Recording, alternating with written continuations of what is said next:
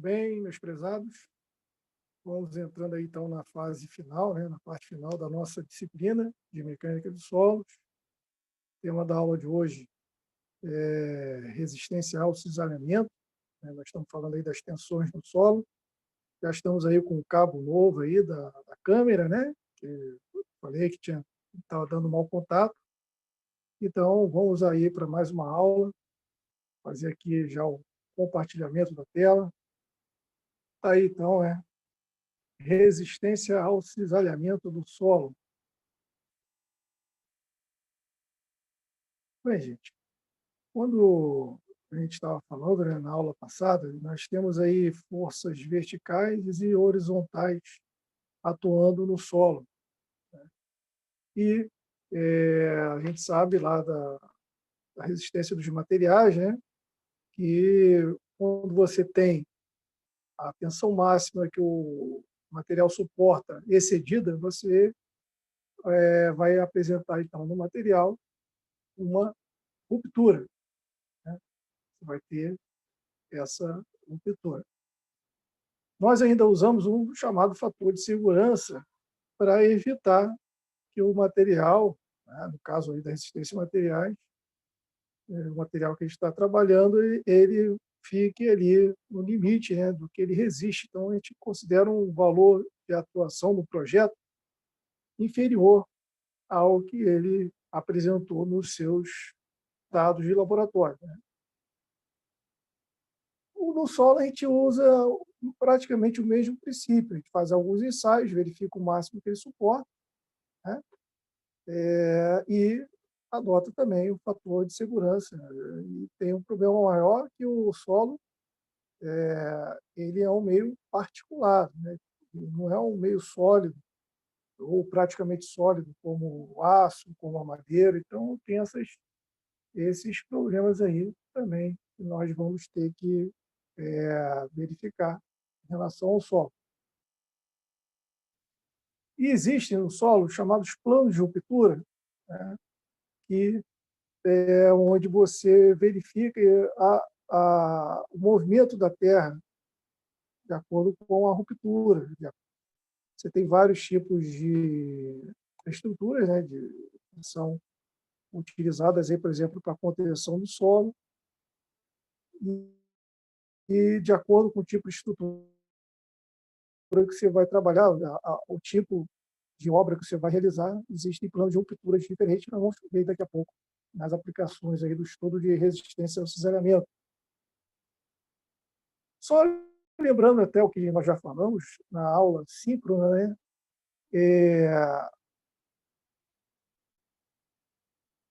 Antigamente, né, no passado, as pessoas achavam que o problema maior era a questão do recalque, né? Era a compressibilidade. Mas hoje a gente sabe que a resistência do solo, ela depende mais da questão do cisalhamento. A ruptura se dá mais pelo cisalhamento. E as tensões cisalhantes, então, elas são as principais, causas de movimento de terra, como nós vemos aí em várias situações em costas, né? Sempre, todo ano, a gente verifica esses movimentos de terra. Vamos ver, então, e quais áreas, né? Quais os tipos de obras que nós usamos, né, aplicamos o estudo da resistência ao cisalhamento. Então, primeiro seria, por exemplo, na estabilidade de taludes. Daqui a pouco nós vamos ver imagens, tá? Quem estiver acompanhando aí com o arquivo vai ver as imagens daqui a pouco, né? Pode acompanhar. Também na capacidade de carga de fundações, né? No estudo de fundações, também é importante, nesse cálculo aí da capacidade de carga. Na questão do empuxo de terra sobre estruturas de contenção, né? Que a terra imprime uma força, né, horizontal, que nós chamamos de empuxo. Nas escavações de túneis, né, também recebem essas tensões aí, né, as paredes dos túneis recebem essas tensões, e também nas camadas de pavimentos rodoviários. E aí, em cada situação, você vê nós chamamos aí, né, linha chamada plano de ruptura, uma curva, na verdade, né, onde nós chamamos então de plano de ruptura. No caso de estabilidade da luz, né, No caso do talude, quando você vai fazer o estudo da estabilidade do talude, você traça esse plano de ruptura. Tem alguns métodos, né, como o método de Bishop, né, Helenius, né, você determina um ponto aqui, onde você vai ter o centro de um círculo, traça esse círculo e aonde ele passar aqui no talude é o plano de ruptura, por exemplo. Tá? Aqui, então, teria a sequência do círculo, né? Aqui, se você projetar de um lado e do outro. No caso de fundações, deixa eu só arrumar aqui. No caso das fundações, você tem esse outro plano de ruptura aqui que ocorre, porque quando você aplica, vou tentar mostrar para vocês a carga aqui, né, na fundação, a tendência é ela fazer esse movimento assim, né? Então, esse movimento gera uma espécie de momento e aqui por baixo passa, então, como vocês estão vendo na imagem, um plano de ruptura. Ele, obviamente, vai ter um de um lado e vai ter de outro também, igual. São as possibilidades de ocorrer aí a ruptura aí nessa fundação, na base da fundação, no caso dessa parte. Na estrutura de contenção, o plano de ruptura ele tende a ser mais reto, assim, né? E coincidente com a base também da fundação dessa contenção. Pode ser um muro de arrimo, né? uma cortina, né, de estacas. Revestimento de túnel também, para a gente verificar qual que é a dimensão, né, da espessura do nosso túnel. E no estudo de pavimentos rodoviários também, ó, um plano de ruptura parecido lá com o das fundações, onde passa o rodado, né? O rodado que a gente chama onde a roda do carro, do caminhão passa ali, na estrada gera também essa tensão aí sobre a base, né, gerando esse plano de ruptura. Então, essas são as aplicações do estudo da resistência ao cisalhamento. E o solo, então, ele vai resistir a esse cisalhamento por dois tipos de resistência. Então, ele reage, né, por duas maneiras a essas forças de cisalhamento. A primeira força seria a resistência friccional, ou resistência de atrito, e a outra seria a resistência de coesão, ou resistência coesiva. Vamos ver cada uma delas, já falamos já, inclusive, nas aulas, né? Vamos falar novamente aí agora sobre elas aí. Primeiro, a resistência friccional, né? A resistência de atrito. Como o próprio nome diz, está relacionado com o atrito entre as partículas do solo. No solo arenoso, você tem um maior atrito entre as partículas e esse atrito não é definido por um chamado ângulo de atrito, nós vamos dar o nome de φ, né? Essa representação aí, em grego, né? E se você pegar a tangente desse ângulo de atrito, você vai ter o chamado μ, que é o que nós chamamos de coeficiente de atrito, tá? E o cálculo, então, para você verificar qual que é a força horizontal que você vai ter, ali vai depender, então, da força normal aplicada vezes a tangente do ângulo de atrito, tá? Se você tem um plano inclinado, obviamente que você aumenta essa influência aí da força horizontal, é o que está explicando aí, né? Se deixar um objeto no plano, você vai ter que aplicar uma força, obviamente, maior do que se ele tiver no ângulo inclinado. Se você inclinar muito, o que vai acontecer? Ele pode até escorregar sozinho, né? Dependendo da angulação. É o que está mostrando aí nessa figura aí.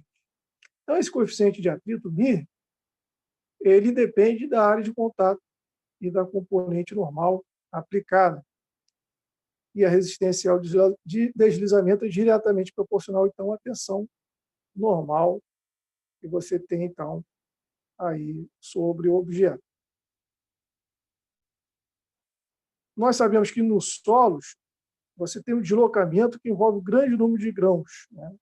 É um sistema particulado que deslizam e enrolam um sobre o outro.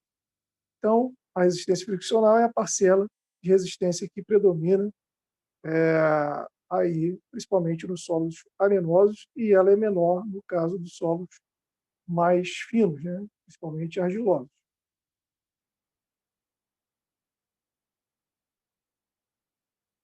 Vamos falar agora, então, da resistência coesiva, que é a principal, a que confere maior resistência, né, ao cisalhamento. Depende muito da mineralogia, né, e atração química, e, obviamente, ela é bem maior, praticamente não existe em solos arenosos, né, só quando você tem aquela questão dos meniscos capilares, que nós falamos lá no capítulo de capilaridade, né? Mas então a coesão aí é predominante aí nos solos argilosos, né? Solos finos, muito pequenininha para silt, então ela é mais para solos argilosos. É como se fosse, como está mostrando aqui, né? É como se fosse uma cola entre as partículas, né? Essa coesão, né? E depende muito de alguns fatores, como cimentação por carbonato, matéria orgânica, sílica, óxido de ferro e outras substâncias. Nós temos também, como eu acabei de falar, a coesão aparente dada pelos meniscos capilares, né? É o que está falando aí, está mostrando, né? Então, você tem o atrito causado por forças normais, né? E tem a questão aí da coesão aparente quando o solo está úmido. Quando o solo está saturado, ou quando ele está totalmente seco, isso aí desaparece, viu, gente? Essa coesão aparente desaparece, até no próprio nome, né? Ela é uma falsa coesão. Ela é um acréscimo de coesão dada pela umidade que você tem, então, um solo úmido, né? E no caso dos solos arenosos, a única maneira dele ter coesão é por meio da coesão aparente, né? Bom, vamos falar agora dos critérios de ruptura. Como que a gente determina se vai haver ruptura ou não no solo, né? A gente sabe que a ruptura é a máxima tensão que o material suporta, né, antes de se deformar, né, de se romper, ou se romper, né, deformar permanentemente ou se romper. No caso do solo, aí, de ocorrer deslizamento nos planos de ruptura traçados, né, de acordo com o tipo de obra que você está trabalhando, que a gente até falou no início aí da aula. Nós temos dois critérios principais, nós usamos na mecânica de solos para determinar, então, a ruptura por cisalhamento. O primeiro critério é o critério chamado de Coulomb, e o segundo critério é o critério de Mohr.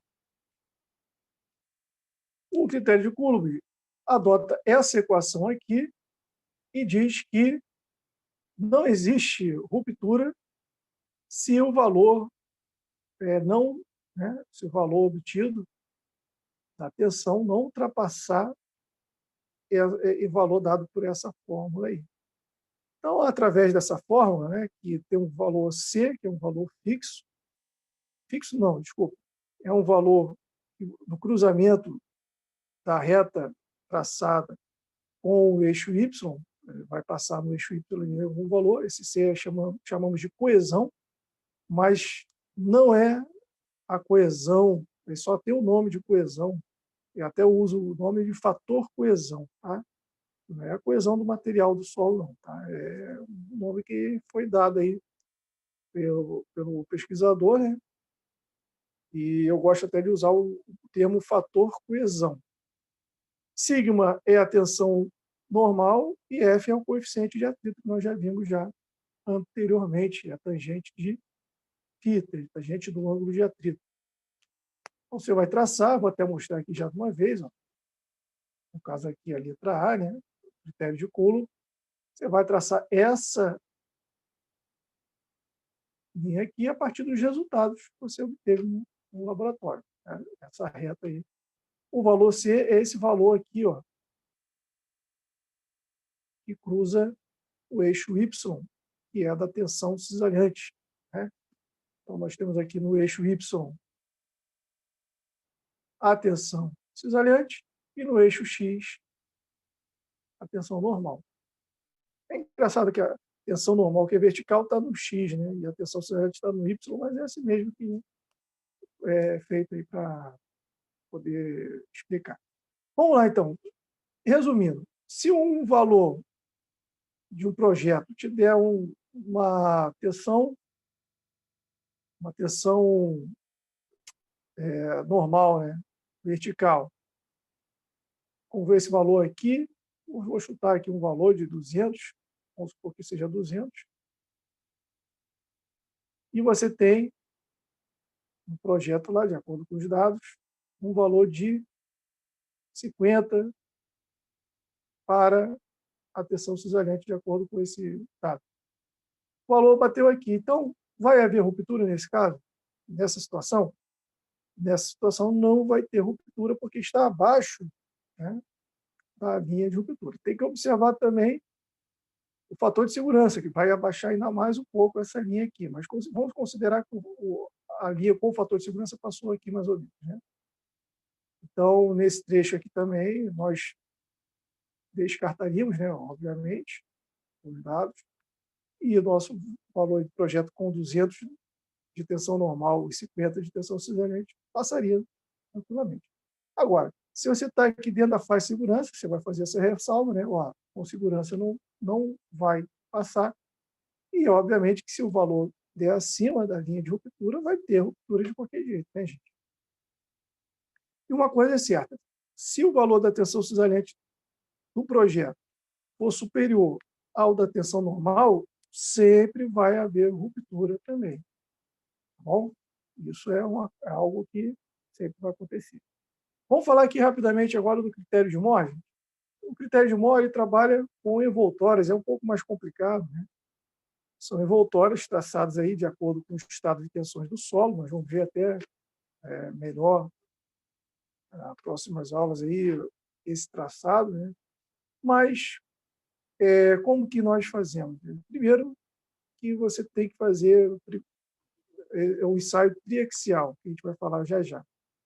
Você vai ter que aplicar uma tensão confinante na amostra, que nós vamos chamar de sigma 3, que é a tensão principal menor, e vai aplicar uma tensão axial que vai sendo aumentada até a ruptura da amostra. Então, essa tensão axial vamos chamar de sigma 1, tensão principal maior. Quando você tem a ruptura da amostra, então o sigma 1 vai diminuir, porque a amostra se rompeu. É aquele gráfico de tensão-deformação que nós falamos já na aula passada, né? Então, você vai pegar aquele valor máximo de ruptura, vai te dar o sigma 1. O sigma 1 vai ser esse ponto aqui do círculo ou semicírculo, né?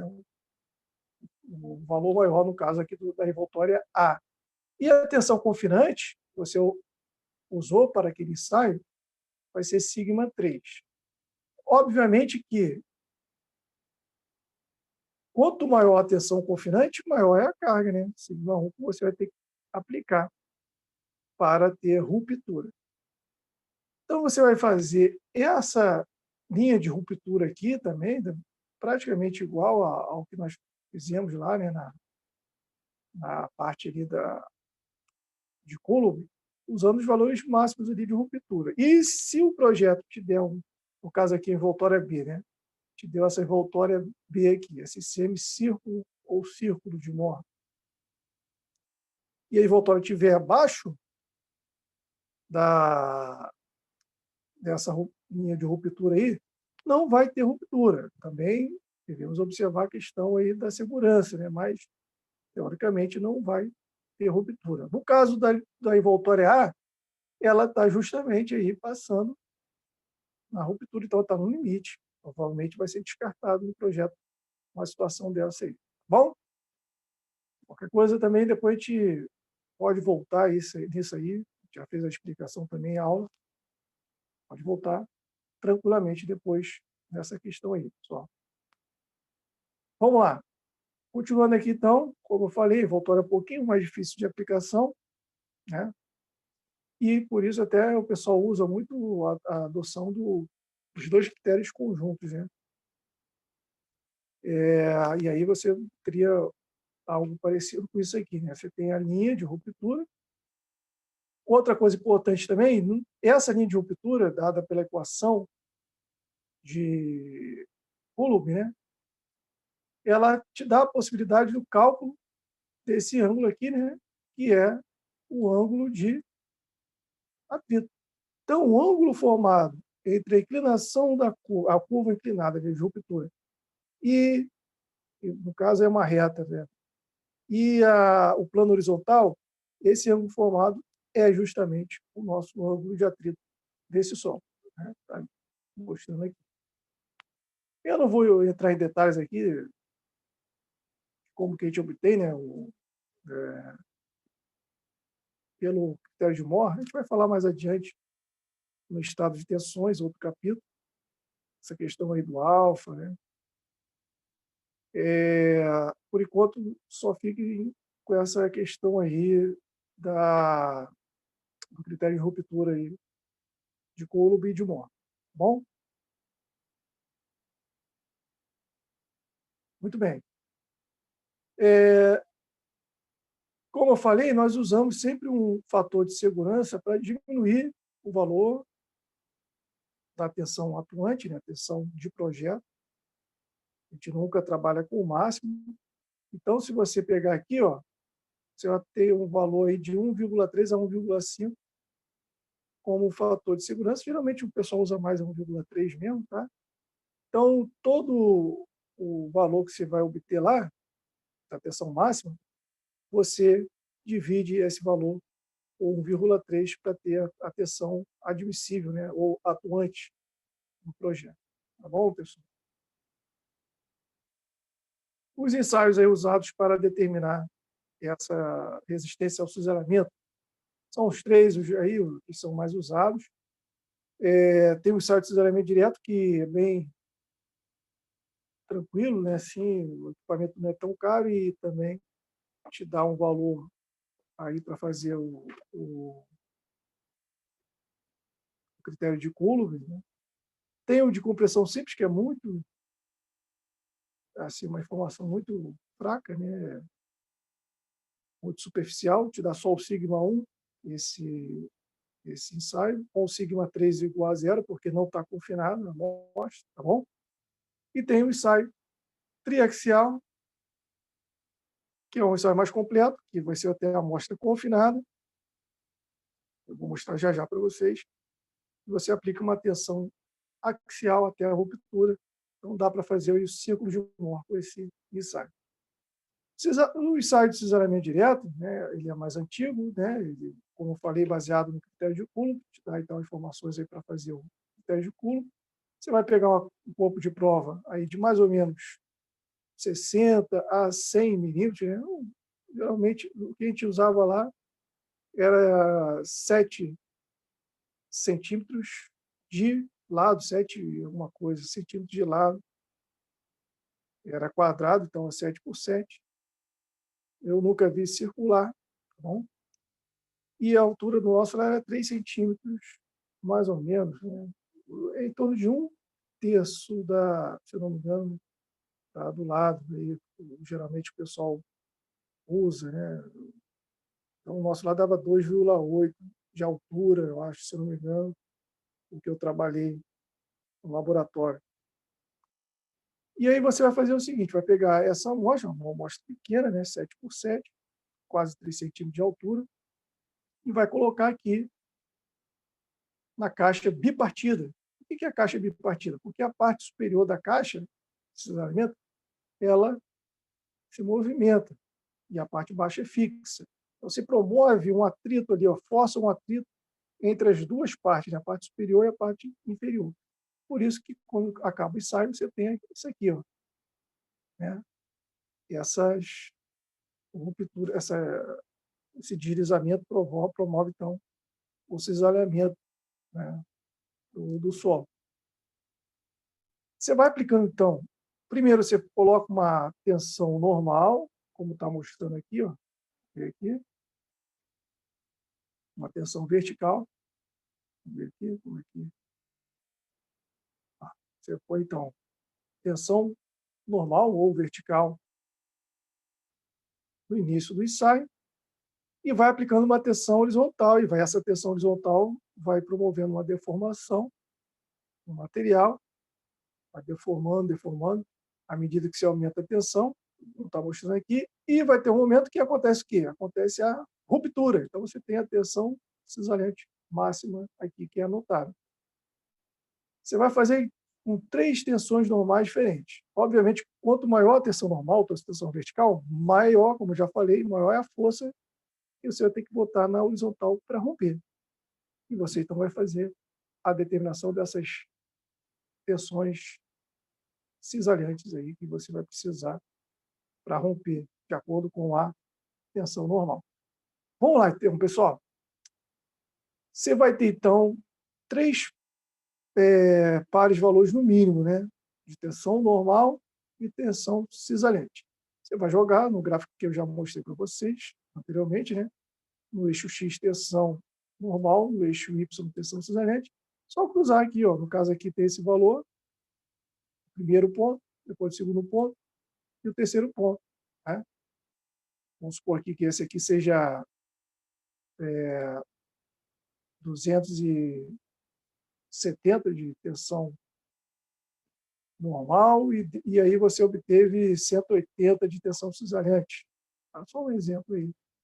Então, com esses valores aí obtidos em ensaio, você traça essa linha, que é uma reta, né? Que nós chamamos de reta de ruptura por cisalhamento. Tá bom? Onde cruza aqui no valor, né, no eixo Y, é o valor de C, né, que eu falei, aquele fator coesão. No caso aqui, está de 400, né? Mas, na verdade, está errado aí, deve ser 40, né? Com o erro de digitação aí, tá, pessoal? 40 kPa. Bom, como eu já falei também, se você traçar uma reta na horizontal, no plano horizontal, o ângulo formado aí com essa reta de ruptura é o ângulo de atrito. Nesse exemplo aí deu 31 graus de ângulo de atrito. É assim que a gente faz o critério de Coulomb, tá, pessoal? Deixa eu ver se tem alguma coisa aqui, depois vocês dêem uma lida aí, né? Essa parte aí. Vamos lá, então, falar. Depois ler também as vantagens, as desvantagens. Isso aqui é leitura para vocês fazerem depois. Vamos falar agora do ensaio de compressão simples, né? Que é a amostra não confinada. Olha aqui, a amostra fica solta, ó, sem confinamento nenhum. Você vai botar a amostra aqui e vai aplicar uma carga, vai subir, né, com a amostra aqui, ela vai encostar nesse, né, suporte que é fixo, vai então ter uma leitura aí do sigma 1, quando o sigma 1, né, que é a tensão máxima que vai suportar, e aí tem então a ruptura e anota então o valor máximo de carga que você teve. Para sigma 3 igual a zero, porque a tensão confinante é nula, né? E é interessante esse estudo, né? Aí está mostrando aqui, né, como é que é feito, né, a determinação. Sigma 3 igual a zero, e aí você tem sigma F, né, que é o sigma 1, a tensão axial máxima que suporta aquela amostra. Ela é interessante para definir questões de fazer uma tabela lá de resistência. Depois eu até vou mostrar para vocês a resistência de diferentes tipos de solo, né? Mas só isso, só para a parte de cisalhamento não é muito bom, né, o resultado.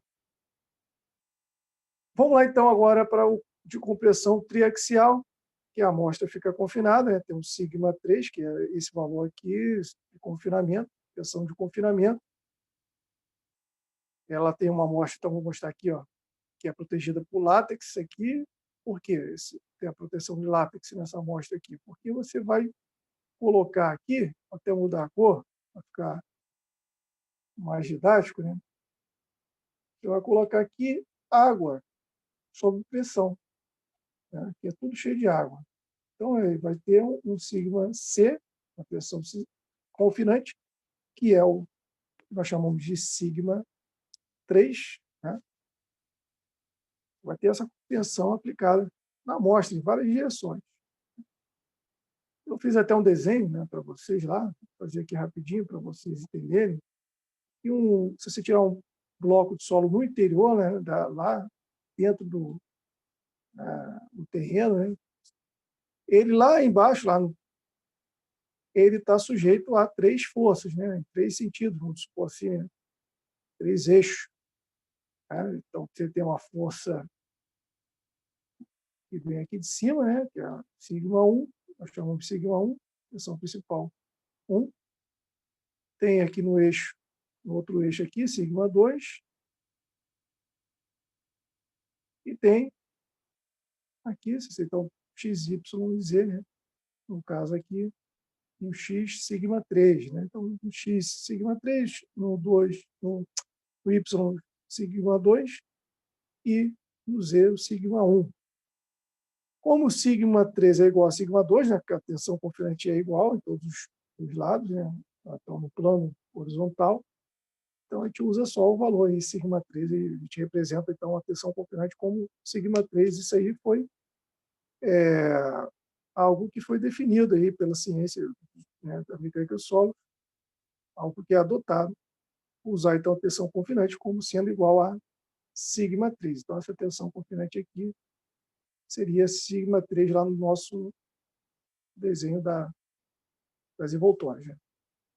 Você vai aplicar, então, uma tensão cada vez maior, sigma 1 até a ruptura, e isso vai possibilitar, então, você obter aqui, ó, então, o valor máximo, né, de sigma 1 em diferentes tensões de confinamento, e isso possibilita, então, o traçado aí das envoltórias, como eu já falei. A tensão principal maior da envoltória é sigma 1 e a tensão principal menor da envoltória é sigma 3. É só pegar aí um compasso, né, e fazer esse desenho aí da envoltória. Bom, pessoal, alguns dados aí, vantagens, né, desvantagens do uso do ensaio superficial. A principal desvantagem aqui é um ensaio difícil de ser realizado e também muito caro, né? Bom, aqui alguns dados de resistência, né, das areias. Quando está fofa, obviamente, a compacidade te dá um valor de ângulo de atrito menor. Sobre a questão da resistência dos solos argilosos, vou deixar também para vocês fazerem a leitura também, para não perder muito tempo, né? E assim a gente encerra, né, essa parte de resistência de cisalhamento. Nós já fizemos aí, passamos aí para vocês exercícios, né? E, inclusive, na aula síncrona, nós fizemos né, juntos um exercício desse aí. Então, dá uma lida, façam outros exercícios e vamos tirando as dúvidas aí que forem aparecendo. Tá bom, pessoal? Um grande abraço aí para todos.